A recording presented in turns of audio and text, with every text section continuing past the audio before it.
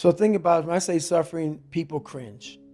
People, that's the one word, whenever I post about it, people cringe. It's not about suffering and how people may look at suffering. Like you have to just go to a place that just every day of your life is suffering. You have to tap into suffering every day of your life because we have so much scarring that we have to clean up. You have to look at suffering as almost like I look at failure. To succeed, you must fail. In failure and in suffering, all the answers are in there. All the answers to all the test questions. The test is your life. All the answers are in there. You don't have to live in suffering and pain and failure all the time. You have to learn, I need to visit it. Like people hate working out. You're only going to visit working out maybe an hour a day. 23 other hours of the day, you're not in it. But how you become in shape is you must visit suffering, visit working out 1 hour a day. Visit suffering 1 hour a day. Visit your past failures 1 hour a day. The relationship with it is the answers are in there. They are in there. Within the suffering, go in there, and I call it the live autopsy. The live autopsy. How you find out someone died? They crack you open after you're dead. How you can live is do it while you're alive. Go back in your brain, crack it open while you're alive. Don't wait until you're fucking dead to figure out why you died.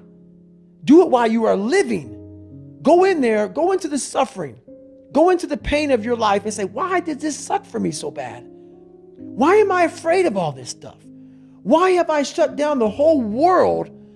I guarantee I'll tell you why you shut down the whole world. It's in these nooks of the suffering within your brain, in the scarring, are all the answers to why you are on the couch feeling sorry for yourself. They lie within the scars. Visit them for at least an hour a day. Study them. And then you'll find out more about yourself. You will then grow. So don't look at it as every day I suffer. Go into it an hour a day. Learn from yourself. Learn from life. Learn from your failures. Learn from your insecurities. Learn from your self-doubt. Don't just say, I'm afraid to jump off an airplane. What makes you afraid of it? Study it. That's why I studied my mind. Why I became so powerful in the mind is because I realized I was weak. So instead of running away from the mind, I dove into it and said, what is making me weak? Oh, this makes sense. I came from hell. I came from a place that beat me down to nothing, which is why I'm afraid. All this makes sense.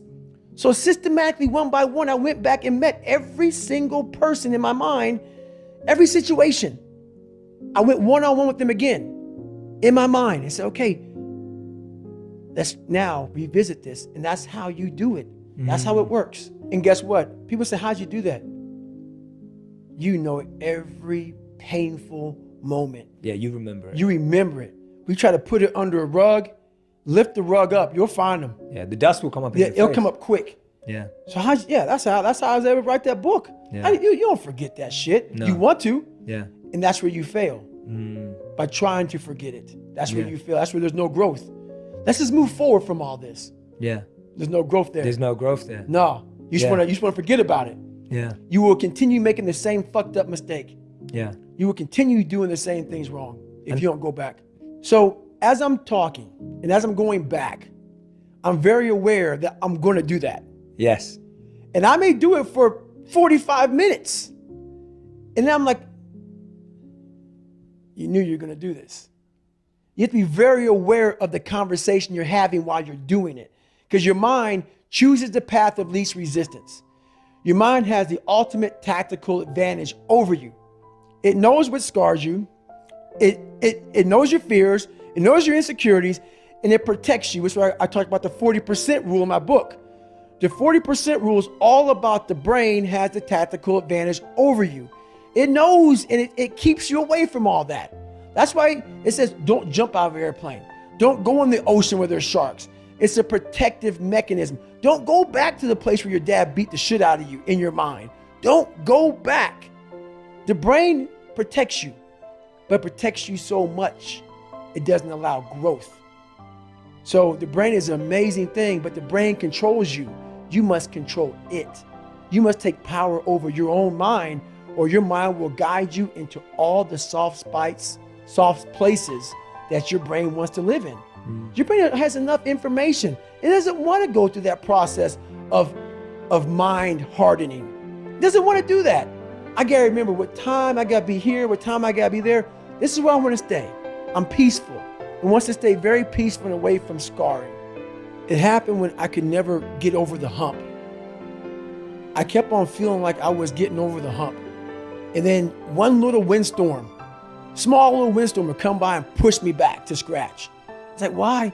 Why am I not, I'm learning how to read now. I was a junior in high school and couldn't read that well, a 4th grade reading level, because I would cheat on everything. And I learned how to read, I learned how to write. I taught myself all these things, all these disciplines. But whenever the first real big challenge would come, that little windstorm would push me back in the hole. And I realized, man, I'm fixing stuff on a surface level. I'm all surface, man. I'm not going deep into the cellar of my mind and fixing the foundation of my soul. My soul is broken. But I knew I could fix it, but I was afraid to go back. I was afraid to face the demons of my life, because you start lying. You want anybody knowing this shit about you. So you start lying about who you're not and start creating a person about who you want to be, but it's not who you are. So that's when I started realizing, man, I'm never going to get over the hurdle. I'm always going to live on a surface level until I go deep, deep into the sewer of my mind to figure out and face all of these different demons. That's hard. It's hard. We all like social media. We all like everybody to see us for who we want to be. That's why we post beautiful things about us. That's not going to fix you. So I realized that, and that's when I started going back. So I was about 24 years old, and I went from 175 to almost 300 pounds. And that's when I sat down on my couch and realized we got to go back. And it started with me going back to my father. So we left when I was 8 years old. We went to a small town in Brazil, Indiana. There's about 5 to 10 black families in a town of 8,000 to 10,000 people. And there was a big hub of Klansmen that lived in Center Point, Indiana. And I talk about that in the book.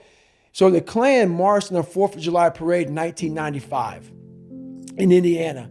So when you come from a messed up foundation like I did in Buffalo, New York, where my dad beat me senseless, and now I have that messed up foundation, and now I'm here being the only black person. I call it the only in my book, being the only black person. My mom's working 3 jobs. We're living in a $7 a month place. She's never at home. So it's not like I had some mentors coming in to help me.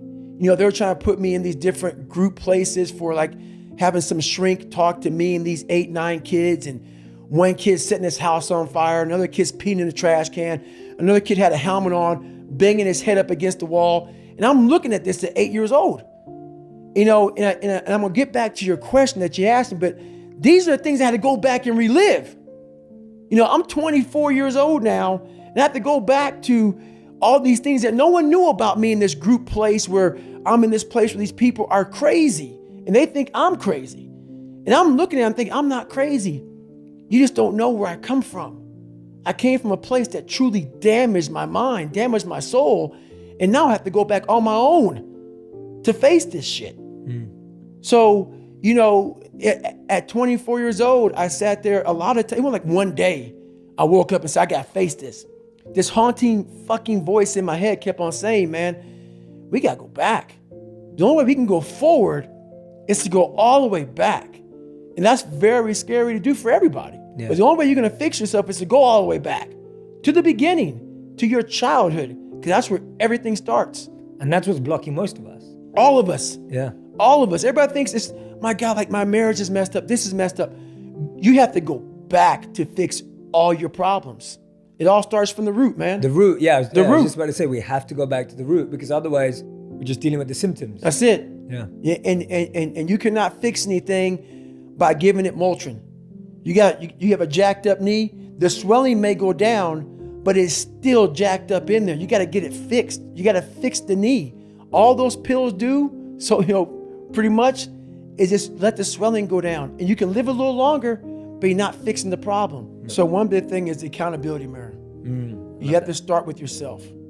So what happened in my life was we start to get, I call it like the rucksack. A rucksack is a pack that you carry in the military, and you put all your stuff in it. Your radios, your food, your water, all that stuff you have to carry in the military. That's your rucksack. It's a backpack pretty much. As you're growing up, we all have a backpack. Most of ours, hopefully, is empty, and what we put in it is all the crap we go through in life. That's what is in the backpack for the civilians, and we carry it around with us. So what you have to start doing is realizing that no matter where you're at in life, I got called nigger a lot. My dad abused me, learning disability, stutters, immaturity, insecurities, self-doubt, so much crap on top of me. So much stuff. I lied a lot to create friends. So much stuff was in my backpack. No one's coming back to help me. So it starts with that person in that mirror. You have to realize you are on your own now. And whatever else you believe in, I don't care what you believe in, but on earth, it's a very lonely journey. And it starts with the accountability mirror of looking at saying, hey, my dad who beat the hell out of me is not coming back. All these things are coming back. I have to face myself. And you have to own all those things that people may have done to you. Now it's yours. You got to own it. And it's yours now to fix the problems that people did to you. It makes no sense. It's not fair. I get it. But if you live in that woe is me mentality of guess what? My dad did this to me. My mom did this to me. People who bullied did this to me. You're going to always live right there.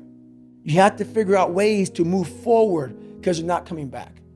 And it starts with the mirror. And I call it the accountability mirror in the book. What I realized about the mind is those people who can be in that time and embrace that time and be in that moment and not allow the mind to go to 129 hours on hour one. It's the control that we don't have in our minds. It's the control that you had to have for 3 months when you're miserable, when you're suffering, when you're laying on the floor, when you're doing all the disciplines it takes to be a monk.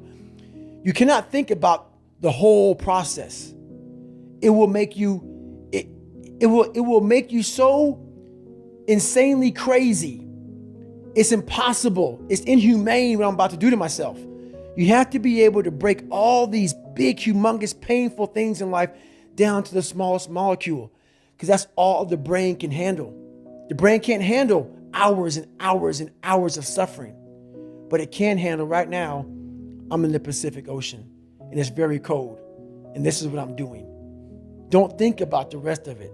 So that's what I learned from Hell Week. That's what I learned from being in 3 Hell Weeks. That's what I learned from all the military. I went to Ranger School. I went to all these different schools to learn all of that, to learn how the mind processes. So I talk about theorists. I talk about practitioners. A theorist is a person who reads a book, doesn't do it, reads a book, learns about something, and then talks about it. A practitioner is myself. A practitioner is a person like me. I wanted to be an expert in the mind, a mental toughness guy, beyond mental toughness. The only way to do that, in my eyes, is to put yourself in hell. Put it in hell repeatedly. Repeatedly put yourself in hell and study how you process it. And that's how I was able to come up with all these different ways, all these different tools to slow the mind down in hell. Because the mind just speeds up. The mind wants to get out of the painful situation, the suffering. It can't process it. So that's what I realized by going through all these different processes of being in Hell Weeks. It's just that. I love that, man. How That's the mind amazing. processes in hell. What? I was there's some times where the mind gets overwhelmed and you cannot slow it down. But by these certain tools I developed, by not allowing your mind to get away from the moment, you have to think about the exact moment that you're in. But I saw when I was younger, the moment became too big. When it became too big, I spazzed out and I would quit. But now I don't think about even like an hour from now, I'll be eating. I don't even go there. Because then your mind, no, we must embrace this, because now you have to be a leader in this moment. It's not about you just getting through it. I had 5 guys, and 6 including me, in my boat crew. Now I was the boat crew leader. So now another trick is this. If you don't think about yourself, there's no pain. Which can also lead to pain later on in your life. But in these moments when you're struggling, if you are a true leader and you're worried about your men or women beside you, Your mind doesn't care how cold you are anymore. Your mind's only worried about taking care of the men and women beside you. So I started realizing, man, if I take care of these cats to my left and my right in the worst moments, my mind is no longer thinking about, you're miserable, David Goggins. Get the hell out of here. You're thinking about, how was John? How was Andy? How was Sam? How was Pete? How are you guys doing? You're not thinking about me. So there's so many things you can do to get outside your own head to then allow your body to just be like, hey, we're just a machine. But you have to let your mind be able to process all these different tactics to do that. Take a different vantage point in life. When you are in the hell, you can't see the beauty of being in it when you're in it. Get on top of that mountaintop in your mind. Get on top of that mountaintop and look down on what you're doing. You can see a whole different world, and that world is beautiful. But you got to get a different vantage point in the suck. Don't be in it. Spiritually, get out of it. Get that soul. Look down on what you're doing. Be amazed by the process of where you're at now and where you came from.